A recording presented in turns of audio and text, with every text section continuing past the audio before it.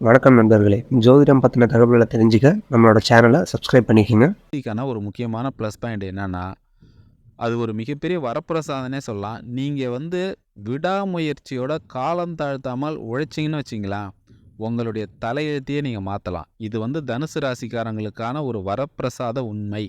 உங்களுக்கு 7 சனியாவே இருந்தாலும் கூட, நீங்க விடாமுயற்சியோட கடுமையா உழைச்சீங்கன்னு வச்சுங்களேன், உங்களுடைய ஜாதகத்தையே நீங்க மாத்தி அமைக்கலாம். உங்களுக்கு ஜாதகமே வேலை செய்யாத மாரி, நீங்க உங்களுடைய முயற்சி வச்சே நீங்க முன்னேறிட்டு போலாம். அப்படி ஒரு அதிர்ஷ்டமான ராசி தான் தனுசு ராசிக்காரங்க. அதே மாரி எல்லா தனுசு ராசிக்காரங்களுக்கும் ஒரு முக்கியமான விஷயம் என்னன்னா, உங்க வாழ்க்கையில ஒரு தகுதியான எதிரிய தேர்ந்தெடுக்கணும். சரிங்களா? இந்த காலகட்டம் உங்களுக்கு ஒரு அசுர வளர்ச்சி நிகழப்போது. உங்களுடைய வேலையிலயும் சரி, தொழில்லயும் சரி மிகப்பெரிய வளர்ச்சி அடைய போறீங்க. அத பார்த்து உங்க சொந்தக்காரங்களுடைய பார்வைகள் அனைவர்களின் பார்வையும் உங்க மேல விழப்போகுதுங்க. அதனால நீங்க கவனமா இருக்கணும். ஒரு ஒரு அடியும் நீங்க கவனமா எடுத்து வைக்கணும். அதுக்கு முக்கியமான ஒரு விஷயம் என்னன்னா, உங்க வாழ்க்கையில ஒரு தகுதியான எதிரிய நீங்க தேர்ந்தெடுக்கணும். சரிங்களா? எல்லார் வாழ்க்கையிலுமே எதிரி இருக்காங்க.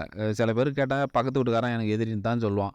இல்ல அந்த அந்த அந்த தெருவுல உள்ளவன் எனக்கு ஒரு எதிரி இருக்கான். இல்ல 2 எதிரி இருக்கான்லாம் சொல்லுவான். நான் அந்த எதிரிய சொல்லல. தகுதியான எதிரி. அவன் ஸ்டேட்டஸ்லயும் பெரிய ஆளா இருக்கணும். பணத்திலயும் பெரிய ஆளா இருக்கணும். அப்படிப்பட்ட ஒரு எதிரிய தேர்ந்தெடுத்து அவன் அளவுக்கு நம்ம வளர்ந்து காட்டணும். திருவள்ளுவரே என்ன சொல்றாரு? வாழ்க்கையில ஒரு தகுதியான எதிரிய தேர்ந்தெடுத்து வாழ்வது தான் வாழ்க்கை. நம்ம சும்மா நம்மளும் வாழ்ந்துட்டு போனோம்லாம் நம்ம வாழ்றது ஒரு வாழ்க்கையே கிடையாது. எல்லாருடைய வாழ்க்கையிலயும் ஒரு தகுதியான எதிரி தேவை. நம்ம தேர்ந்தெடுத்துக்கணும். அதேமாரி எல்லாருக்குமே எதிரி இருப்பாங்க. மிகப்பெரிய தொழில் அதிபர்கள்லாம் இருக்காங்கல்ல, அவங்களுக்கும் எதிரி இருப்பாங்க. அவங்க என்ன பிசினஸ் பண்றாங்களோ, அதுக்கு எகென்ஸ்ட்டா அதே பிசினஸ் பண்றவங்களும் அவங்களுக்கு எதிரி தான். இப்ப பாருங்களேன், நம்ம இந்தியாவோட பிரதமர் இருக்காருன்னா, அவருக்கும் ஆப்போசிட் பார்ட்டி தான் எதிரி. நம்ம தமிழ்நாட்டு முதலமைச்சர்னா, அவங்களுக்கும் எதிரி இருப்பாங்க. அவங்களுடைய எதிர் பார்ட்டி தான் எதிர்க்கட்சி தலைவர் தான் அவருடைய எதிரி. சரிங்களா? இப்போ ஒரு பெரிய பணக்காரர் இருக்காருன்னா, அவருக்கு தகுந்த எதிரியும் இருப்பாங்க. அதேமாரியே ஒரு ஒரு மிடில் கிளாஸ்ல இருக்காங்கன்னா, அவங்களுக்கும் எதிரி இருப்பாங்க. ரொம்ப ஏழை இருக்காங்க இல்லைங்களா? அன்னாடம் கூலி வேலைக்கு போறவங்க, அவங்களுக்கும் எதிரி இருப்பாங்க. கோயில்ல வெளியில உட்காந்து பிச்சை எடுக்கிறாங்க இல்லைங்களா? அவங்களுக்கும் எதிரி இருக்காங்க. யாருன்னா பக்கத்தில உட்காந்து பிச்சை எடுக்கிறாங்கல்ல, அவங்க தான் அவங்களோட எதிரி. எதுக்கு சொல்றேன்னா, எல்லார் வாழ்க்கையிலும் எதிரி இருக்காங்க. ஆனா, தகுதியான எதிரிய தேர்ந்தெடுக்கணும். சரிங்களா? உதாரணத்துக்கு நடிகர் ரஜினிகாந்த் இருக்கார் இல்லைங்களா? தமிழ்நாட்டோட நம்பர் 1 சூப்பர் ஸ்டார் அவரு. சரிங்களா? அவரு இந்த அளவுக்கு நம்பர் 1 சூப்பர் ஸ்டாரா வளர்ந்ததுக்கு காரணமே, அவர் ஒரு தகுதியான எதிரியை தேர்ந்தெடுத்தார். சரிங்களா? அதாவது ஒரு ஆரம்பத்துலலாம் பார்த்தீங்கன்னு வச்சுக்கங்களேன், சின்ன சின்ன கெஸ்ட் ரோல் தான் அவருக்கு வந்துருக்கும். சரிங்களா? சின்ன சின்ன ரோல்ல நடிப்பாரு. அப்புறம் எதிரியா நடிப்பாரு. அதாவது வில்லன் ரோல் அத நடிப்பாரு. 2வது ஹீரோவா நடிப்பாரு. 2ண்ட் ஹீரோவா நடிப்பாரு. இந்த மாரிலாம் நடிச்சுட்டு இருந்தாரு. சரி நம்ம இப்படிலாம் நடிச்சுட்டு இருந்தா வேலைக்கு ஆவாது. நம்மளுடைய தகுதிய வளர்த்துக்கணும். அதுக்கு ஒரு தகுதியான எதிரிய நம்ம தேர்ந்தெடுக்கணும். அப்படின்னு அவரு ஒரு தகுதியான எதிரிய தேர்ந்தெடுத்தாரு. அதனால அவர் ஜெயிச்சு நம்பர் 1க்கு வந்தாருங்க. அதுதான் உண்ம. அது ஏகப்பட்ட பேட்டியில அவரே சொல்லியிருக்காரு. எல்லார் லைஃப்லயும் ஒரு எதிரி தேவ. எதிரினா சண்ட போடுறது கிடையாது. போட்டி நம்மளுடைய வளர்ச்சிக்கு ஒரு எதிரி தேவ. அப்பதான் நம்மளுடைய திறமையும் அதிகரிக்கும். அதிகப்படுத்த முடியும். அப்படிப்பட்ட அந்த தகுதியான எதிரி யாருன்னு கேட்டீங்கன்னா, நடிகர் கமலஹாசன். சரிங்களா? அவர தான் அவருடைய வாழ்க்கையில ஒரு தகுதியான எதிரியா அவர் தேர்ந்தெடுத்தாரு. ஆரம்ப காலகட்டத்தில ரஜினிக்கும், கமலுக்கும் வாய்ப்பு குடுத்ததே பாலச்சந்தர் தான். நடிக்கிற வாய்ப்பு. அதில கமல் என்ன பண்ணிட்டாருன்னா, டக்குனு ஹீரோவா அவரு மாறிட்டாரு. உடனே அவரோட திறமைய பயன்படுத்தி அவர் ஹீரோவா மாறிட்டாரு. அதுக்கடுத்து என்ன ஆச்சுன்னா, ரஜினியும் அவர் தான் அறிமுகப்படுத்தினாரு. ஆனா, அவர் சின்ன சின்ன கெஸ்ட் ரோல்ல நடிச்சுட்டு வந்தாரு. சரிங்களா? அதுக்கடுத்து அவருக்கு அதிகமா வாய்ப்பு குடுத்தது யாருன்னா, கமலஹாசன் தான் ரஜினிக்கு அதிகமா வாய்ப்பு குடுத்தாரு. என்ன வாய்ப்புன்னா, அவரோட படத்தில ஏதாவது ஒரு ஒரு சின்ன சின்ன ரோல் குடுத்தாரு. அப்புறம் வில்லன் ரோல் குடுத்தாரு. அதுக்கடுத்து 2 ஹீரோ வந்தா, அதில ஒரு ஹீரோவா ரஜினிக்கு குடுத்தாரு. இந்த மாரி கமல் தான் ரஜினிக்கு அதிகமா பட வாய்ப்பு குடுத்தாரு. ஒரு கட்டத்தில ரஜினி என்ன பண்ணாரு, ஆ கமலோட நடிப்பு திறமைய பார்த்து ரஜினியே பயந்தாரு. என்ன எப்படி எந்த வேஷம் குடுத்தாலும் இவரு நடிக்கிறாரே! அ எப்படி இவரால முடியுது? அப்படின்னு இவரே அண்ணாந்து பார்த்துட்டு, இவரு மேலலாம் முடியவே முடியாது போல இருக்கு அப்படின்னு நெனச்சுக்கினவரு, நம்ம இந்த மாரியே நடிச்சுன்னு இருந்தா சரி வராது. நம்பளும் ஒரு பெரிய நடிகரா வரணும். அதுக்கு கமலஹாசன தான் நம்மளுடைய எதிரியா நம்ம எடுத்துக்கணும்னு சொல்லிட்டு, சரி அவரு பன்முக திறமையா நடிக்கிறாரு. எந்த வேடம் குடுத்தாலும் நடிச்சிடுறாரு. சக்சஸ்ஃபுல்லா நடிச்சு குடுத்துர்றாரு. அதனால அவரு பெரிய ஆளா வந்துட்டாரு. நம்ம என்ன பண்ணலாம்? அந்த மாரி நம்மளால நடிக்க முடியாது. டிஃபரெண்ட் கேரக்டர் குடுத்தா நம்மளால நடிக்க முடியாது. அப்ப நமக்குன்னு ஏதோ ஒரு திறமைய வளர்த்துக்கணும்னு சொல்லிட்டு தான் அவரு வந்து ஸ்டைல வந்து ரொம்ப இது பண்ணாரு.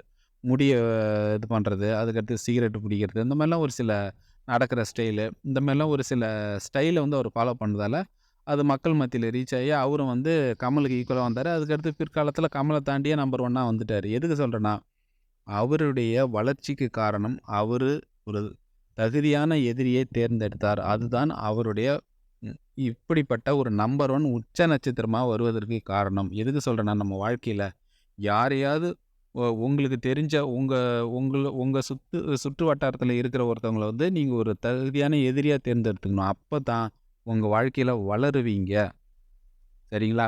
அதே மாரி அ தமிழ்நாட்டு அரசியல்ல ஒரு முக்கியமான ஒரு சம்பவத்தையும் நான் சொல்றேன். இது வந்து ஒரு 40 வயசுக்கு மேற்பட்டவங்களுக்கு இது வந்து நினைவு இருக்கலாம். 40 வயசுக்கு உள்ள இருக்கிறவங்களுக்கு இது வந்து நினைவு இருக்கா? இல்லையான்னு எனக்கு சரியா தெரியல. என்னன்னா, அது 1995ல திமுகவோட முதலமைச்சரா கருணாநிதி வந்தாருங்க. அப்ப என்ன நடந்ததுன்னா, கருணாநிதி முதலமைச்சர் ஆனதும் 1995ல அவருடைய எதிர்க்கட்சி தலைவரான ஜெயலலிதாவ வந்து ஊழல் புகாருக்கு வந்து இது பண்ணாரு. ஊழல் குற்றச்சாட்டுகள ஜெயலலிதா மேல வச்சு, அவங்களுக்கு பல தொந்தரவுகள குடுத்தாரு. அவருடைய எண்ணம் என்னன்னா, தன்னுடைய எதிரி வந்து எம்ஜிஆர் தான். அந்த லெவலுக்கு வந்து ஜெயலலிதா வந்துர முடியாது. அவங்க ஒரு பெண் தானே. ஏன்னா, அவருடைய எதிரியா வந்து எம்ஜிஆர் தான் அவரு நெனச்சிருந்தாரு. எம்ஜிஆர் இறந்துட்டாரு அப்ப.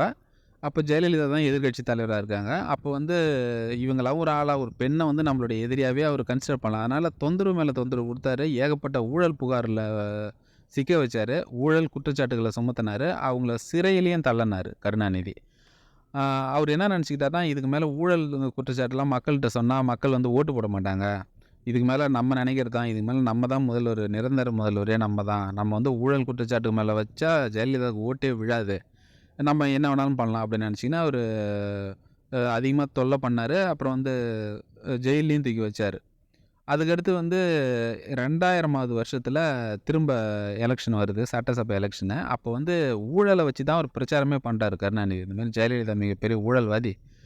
ஓட்டு போடாதீங்க அப்படின்ற மாரி பிரச்சாரம் பண்றாரு. ஆனா எதிர்பாராத விதமா ஜெயலலிதா முதலமைச்சர் ஆயிடுறாங்க. ஆனாலுமே கருணாநிதி என்ன நினைக்கிறாரு, நம்ம ஒரு ஆம்பள, அவங்க ஒரு ஒரு பொம்பள அவங்க.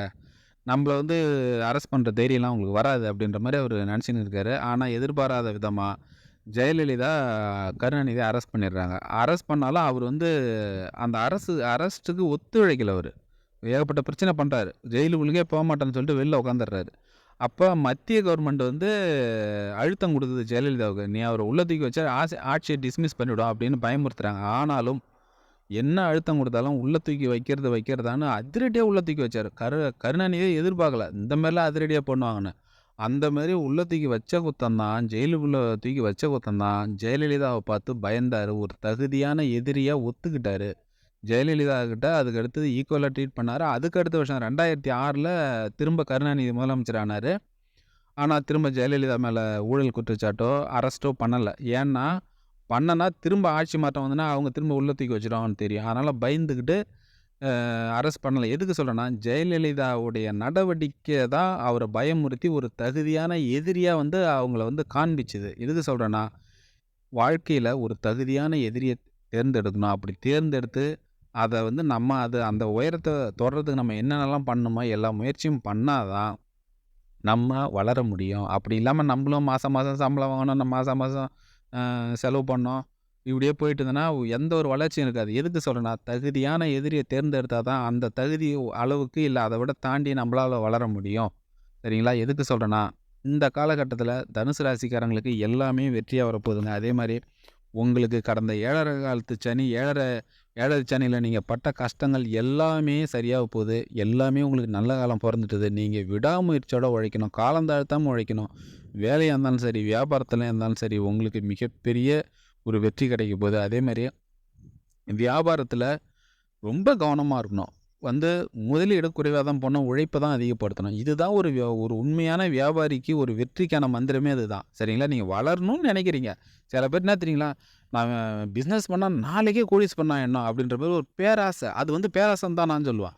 நீங்க உண்மையாலும் திறமைசாலியா இருந்தீங்கன்னா, முதலீட குறைவா போட்டு உழைப்ப அதிகப்படுத்துங்க. உங்களுக்கு தோற்கவே மாட்டீங்க. நீங்களே நெனச்சாலும் தோக்க மாட்டீங்க. சரிங்களா? என்ன ஒரு 1 வருஷம் ஆவறதில்ல, ஒரு 2 வருஷம் ஆகப்போது அவ்வளோதான்.